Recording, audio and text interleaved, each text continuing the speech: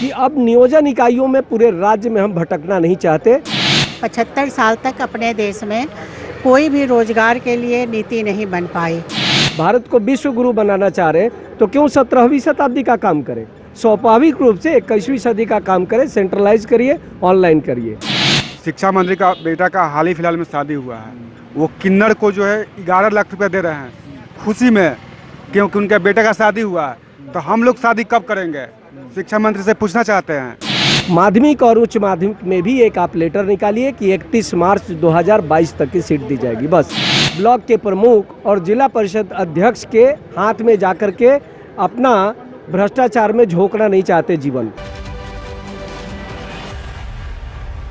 नमस्कार, मैं युवराज, आप देख रहे हैं डेमोक्रेटिक लाइव। देखिए, इस वक्त हम धरना स्थल गर्दनी बाग आए हुए हैं और यहाँ पे STAT के 7वें दिन अनिश्चितकालीन धरना दे रहे हैं और कई STAT के अभ्यर्थी यहाँ पे हैं जो कि 2019 में पास अभ्यर्थी हैं। क्या मांग लेकर यहाँ पे आप लोग एकजुट हुए हैं? देखिए, लगातार पहले दिन से ही हम लोग बातें रख रहे हैं आप लोगों के माध्यम से। हम लोगों की मांग है कि सरकार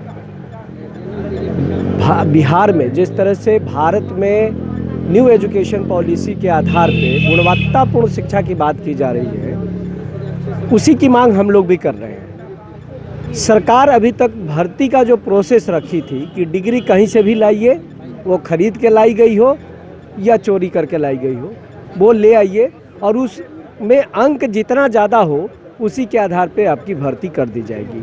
मतलब आपकी नॉलेज क्या है इससे मतलब नहीं है, जो कागज़ है उसमें कहाँ अंक है इससे मतलब है। हम उसी का विरोध कर रहे हैं और हम कह रहे हैं कि जब क्वालिटी एजुकेशन की बात हो रही है तो स्वाभाविक रूप से क्वालिटी एजुकेशन के लिए क्वालिटी टीचर की ज़रूरत है और उस क्वालिटी की जांच की जो प्रोसेस है वो यही है अभी भी पूरे विश्व में, भारत में ही नहीं, कि वर्तमान में कोई एक एग्जामिनेशन ले लिया जाए और तब उनका आकलन किया जाए कि वो क्वालिटी उनमें है या नहीं है। सरकार ने उसी प्रोसेस को फॉलो करते हुए 19 में पेपर लिया, उसका रिजल्ट भी दे दिया है, 1 साल से ऊपर हो गया रिजल्ट दिए हुए। हम लोग मांग कर रहे हैं कि आप STAT के मार्क्स के आधार पे ये नियोजन की प्रक्रिया प्रारंभ कीजिए। देखिए, यहाँ पे दूसरी जो मांग होगी वो ये है कि अब नियोजन इकाइयों में पूरे राज्य में हम भटकना नहीं चाहते, अर्थात हम मुखिया, ब्लॉक के प्रमुख और जिला परिषद अध्यक्ष के हाथ में जाकर के अपना भ्रष्टाचार में झोंकना नहीं चाहते जीवन। इसलिए उसे ऑनलाइन और सेंट्रलाइज करिए, क्योंकि जब हम 21वीं सदी में जीना चाह रहे हैं, भारत को विश्व गुरु बनाना चाह रहे हैं, तो क्यों 17वीं शताब्दी का काम करें? स्वाभाविक रूप से 21वीं सदी का काम करें, सेंट्रलाइज करिए, ऑनलाइन करिए। और तीसरी जो मांग है, जो प्रमुख मांग है कि इसमें सीट जो सरकार अभी कह रही है कि 1 जुलाई 2019 से है, आपकी प्रक्रिया के चलते बहुत सारे साथियों का इसमें उम्र निकल गया है, तो उम्र की गणना जो हो वो 1 जुलाई 2019 से हो। और जो चौथी महत्वपूर्ण मांग होगी वो ये कि आपने प्राइमरी और अपर प्राइमरी के लिए लेटर निकाला है कि उस जो सीट दी जाएगी वो 31 मार्च 2022 तक की दी जाएगी। माध्यमिक और उच्च माध्यमिक में भी एक आप लेटर निकालिए कि 31 मार्च 2022 तक की सीट दी जाएगी बस। यही 4 महत्वपूर्ण मांगे। तो देखिए, 4 मांगे इन लोगों का है और यहाँ पे तो देखिए कुछ संस्था के लोग भी यहाँ आए हुए हैं, कुछ महिलाएं भी आई हुई हैं, हम उनसे भी जुड़ेंगे। क्यों आई हैं, क्यों अपना समर्थन देना चाहती हैं, जानने का प्रयास करते हैं। मैम, किस संस्था से आप जुड़ी हुई हैं? ये हम लोग देश के बाद फाउंडेशन से आए हुए हैं और देश के बाद फाउंडेशन अभी कार्य कर रहा है कि 75 साल तक अपने देश में कोई भी रोजगार के लिए नीति नहीं बन पाई, जबकि हर तरह की नीति है, शिक्षा नीति है, स्वास्थ्य नीति है, लेकिन रोजगार नीति नहीं है। रोजगार को आमतौर पे लोग पेट भरने का एक काम समझते हैं कि किसी तरह पेट भर लेंगे, जीवन यापन कर लेंगे, जबकि रोजगार हमारा आत्मसम्मान का मसला है, रोजगार हमारा राष्ट्र निर्माण में योगदान का मसला है। और अपने देश में इतने संसाधन हैं कि एक नीति लागू होगी तो उससे ये बहुत सारी समस्याओं का समाधान होगा।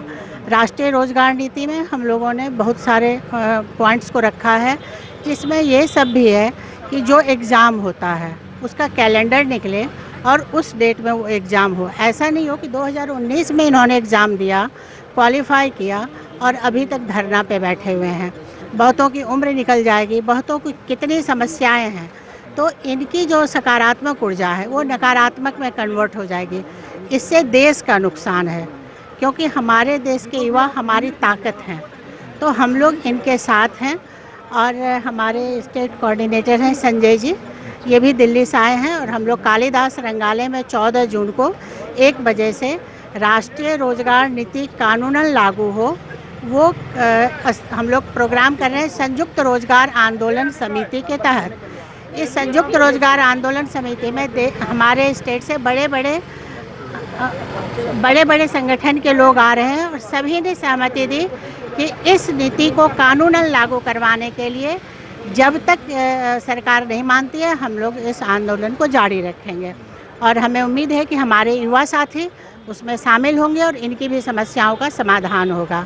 जय हिंद, जय भारत। आप क्या कहना चाहेंगे सर, कैसे इनको समर्थन देंगे? इनके समर्थन में नहीं, हम इनके लिए काम करने आए हैं। समर्थन देना और काम करना दोनों में फ़र्क होता है। तो हम पूरे देश में जो बेरोज़गार हैं, युवा हैं, चाहे वो पढ़े लिखे हों, बेरोज़गार का मतलब आज हमारे देश में सिर्फ शिक्षित बेरोज़गार ही गिना जाता है। मैं उनको नहीं गिनता, इसलिए कि शिक्षित बेरोज़गारों की संख्या का कंपैरिजन यदि किया जाए तो जो अशिक्षित लोग हैं उनसे कहीं कम है। अशिक्षित बेरोज़गार बहुत लोग हैं। तो हमारी संगठन ऐसे बेरोज़गारों की खोज कर रही है, ऐसे बेरोज़गारों को रोज़गार दिलाने का काम कर रही है, के बारे में सोच रही है कि जिसके पास जो स्किल हो। ऐसा नहीं मुझे एक टोकरी बीनना आता है तो मैं टोकरी बुनूं और उसकी मार्केटिंग कहाँ हो ये तय हो, और वो हमारी इतनी में तय हो कि हमारा जीवन यापन जो है वो स्मूथ हो। इस तरह का हम रोज़गार गारंटी की नीति लाना मांग कर रहे हैं। तो ये लोग टीचर बनना चाहते हैं तो किस तरह का इनके लिए काम कीजिएगा? टोकरी बनवाइएगा इनके लिए काम, इनकी मांग जायज़ है, यही सुनकर हम लोग वहाँ से आए हैं। ये यदि आप कहते हैं कि क्वालिटी एजुकेशन मुझे दी जाए, देश में क्वालिटी एजुकेशन हो, तो क्वालिटी एजुकेशन तभी दिया जाएगा जब क्वालिटी टीचर होगा। और क्वालिटी टीचर अपॉइंट तभी आप करेंगे जब आप उसके कॉम्पिटिटिव एग्ज़ाम्स लेंगे। उस एग्ज़ाम्स को जब वो क्रैक करेगा तब उसके बारे में आपको उस नॉलेज होगा कि हाँ इसकी क्या क्वालिटी है। जब आप बेस्ट क्वालिटी लेकर बच्चों के सामने पेश करेंगे तो आपका फ्यूचर जो है वो ऑटोमेटिकली ब्राइट होगा। सिर्फ कागज़ पर बेहतर नीति बना लेने से स्कूल में शिक्षा नहीं बदल जाएगी। एक स्कूल में शिक्षा बदलने के लिए बेहतर टीचर होने की ज़रूरत है। तो आप क्या करेंगे इनके लिए? मैं इनके लिए हमारा पहला कानून जो हमारा जो मसौदा तैयार किया गया, ये मसौदा किसी छोटे मोटे इंस्टीट्यूशंस के लोगों ने नहीं किया है। हमारा जो रोज़गार नीति का एक मसौदा तैयार है जो हम प्रधानमंत्री तक भिजवा चुके हैं हर डिस्ट्रिक्ट के डीएम के थ्रू। तो उसमें हार्वर्ड, ऑक्सफोर्ड, जेएनयू, डीयू, देश के बहुत अच्छे जो इंस्टीट्यूशंस हैं, यूनिवर्सिटीज़ हैं, वहाँ के इकोनॉमिस्ट और सोशल साइंस के जो जानकार प्रोफेसर्स हैं उनके साथ बैठकर हमारा वो मसौदा तैयार किया गया है। और उसमें ये प्रिमिलरी दी गई है कि जो बच्चे जिस काबिल हैं, ठीक है, उनको रोज़गार नीति जब तय किया जाएगा तो उनको नीति बनने का मतलब है कि भाई जिस काबिल है इसको वो चीज़ मिलेगी, मैं जिस काबिल हूँ मुझको वो मिलेगी, आप जिस काबिल हैं आपको वो मिलेगी। ठीक है, तो मैं किसी एक आदमी के लिए लड़ूं तो वो संभव नहीं है। मैं हर ग्रुप, अब यहाँ जीएनएन के बच्चे बैठे हैं, यहाँ हमारे भाई एसटीईटी के बच्चे बैठे हैं, ठीक है, कहीं और किसी महकमे के बच्चे बैठे होंगे। यहाँ टुकड़े टुकड़े में महकमों में बटा हुआ है, ठीक है, जिसके वजह से क्या होता है कि उनकी आवाज़ दूर तक वहाँ नहीं पहुँच पाती है। हमारी संगठन चाहती है कि ये जितने महकमों में बांट करके सरकार ने बैठा रखा है, ये सब एक जगह आकर एक धूमकेतु की आवाज़ निकालें कि वो बहरे कान भी एक बार महसूस करे कि नहीं, कुछ न कुछ तो होने वाला है। ठीक है, तो इनके लिए हमारी संगठन जो है, हमारी संगठन चाहती है कि कानून लागू हो पहले, ठीक है, और ये इनकी लड़ाई जो है जायज़ है। मैं इनकी लड़ाई को 100% जायज़ मानता हूँ। तो 100% जायज़ मानते हैं। देखिए काम करना चाहते हैं कुछ SC ST के अभ्यर्थी हैं जिसके लिए ये लोग काम करना चाहते हैं, हम इनसे भी जुड़ेंगे। और यहाँ बैठे हुए हैं, क्या लगता है 7 दिन हो गए आप लोगों को बैठे हुए, कुछ आश्वासन मिला? हम लोग जब तक हमारी सरकार बात नहीं मानेगी जब तक यहाँ पर हम डटे रहेंगे। इसके लिए जान क्यों नहीं देना पड़ जाए, क्योंकि हम दिन रात पढ़कर मेरिट में आए हैं, थोड़ी आपसे हम भीख मांग रहे हैं। आपने जो नोटिफिकेशन निकाला था उसके आधार पर मैंने 500 रुपया दिया और समझे कि 3 साल अपना जो कीमती टाइम होता है वो आपको मैंने दिया। आप अभी जो है कल जो है शिक्षा मंत्री के आवास पर या घर पर शिक्षा मंत्री का बेटा का हाल ही फिलहाल में शादी हुआ है, वो किन्नर को जो है 11 लाख रुपया दे रहे हैं खुशी में, क्योंकि उनके बेटे का शादी हुआ है। तो हम लोग शादी कब करेंगे, शिक्षा मंत्री से पूछना चाहते हैं। हमें गुस्सा इतना है कि हम लोग क्या करें, मतलब कि अंदर घूंट पी कर रह जाते हैं। हमारे माता पिता हैं, उनका भी कुछ शौक़ होता है कि हमारे बच्चा 30 साल 32 साल के हो गए हैं, 28 साल के हो गए हैं, उनका भी कुछ शौक़ होता है कि हम बुढ़ापे का उनका लाठी बने। लेकिन वो अपने बेटे के शादी में 11 लाख रुपया दे रहे हैं, किन्नर को दे रहे हैं, जो किन्नर मतलब छक्का को दे रहे हैं। चलिए छक्का को दे रहे हैं, 11 लाख रुपया शादी में दे रहे हैं, जिसका दर्द ये बयां कर रहे हैं। आप क्या कहना चाहेंगे? आप 7 दिन से यहाँ डटे हुए हैं, क्या मांग है और क्यों, आप कब तक लगता है कि ये मांग आपकी पूरी हो जाएगी? देखिए हम लोगों का मांग है कि जो परीक्षा हुआ था विज्ञापन के अनुसार उसका पालन किया जाए और स्टेट के अंकों के आधार पर हम लोगों की बहाली की जाए। एकेडमिक मार्क्स मेरिट का कोई पैमाना नहीं होता है। भारत में बहुत सारे यूनिवर्सिटी है, कोई 60% पे टॉपर होता है, कोई 80% पे टॉपर होता है। तो डिग्री दिखाओ नौकरी पाओ की नीति बंद करे सरकार। 1 लाख इसी तरीके से निरक्षर शिक्षकों की बहाली हुई, बिहार की बदनामी हुई। बिहार को मजदूर सप्लाई करने वाला राज्य कहा जाता है, पिछड़ा राज्य कहा जाता है, बीमारू राज्य कहा जाता है। क्यों कहा जाता है? क्योंकि यहाँ की शिक्षा व्यवस्था एकदम चौपट है। यहाँ जो भी लोग पढ़े लिखेगा वो मजदूर यहाँ बन करके बाहर कमाने जाते हैं।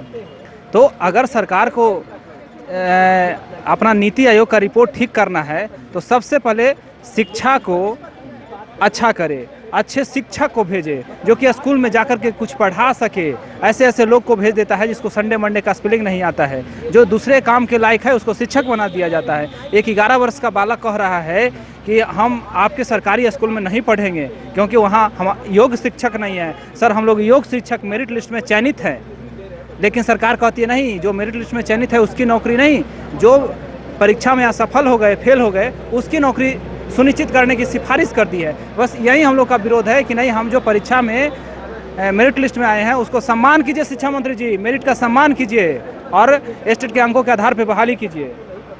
तो देखिए जिस तरह से ये 7 दिन हो गया और 7 दिन से लगातार धरना स्थल गर्दनी बाग में डटे हुए हैं और आरोप भी लगा रहे हैं कि सर्टिफिकेट दिखाओ नौकरी पाओ से बिहार की बदनामी हुई है, शिक्षा विभाग की बदनामी हुई है। अब इसको सुधारने की ज़रूरत है।